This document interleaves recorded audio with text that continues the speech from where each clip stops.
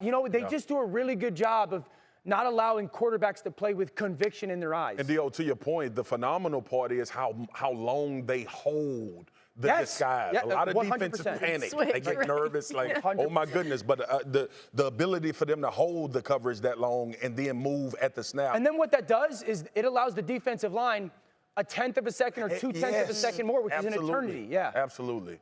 So you ready for me to talk?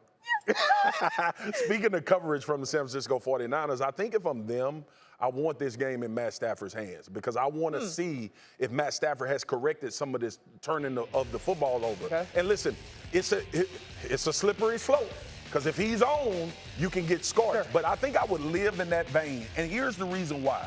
When we look at the Los Angeles Rams and we talked about how phenomenal and explosive they can be from an offensive standpoint, I think they're at their best because they got Sony Michel going.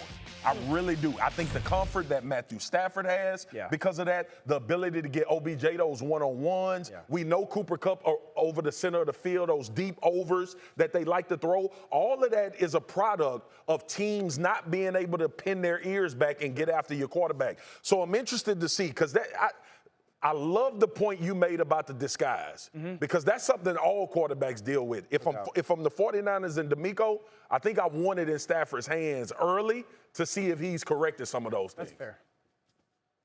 No question about it, Marcus. You certainly want to put it in Stafford's hands, given the fact the way he's played this season. He's played great, but then there's at times where he's turned the ball over at a high rate. And good football teams with good coaches, like the 49ers, they capitalize on those turnovers.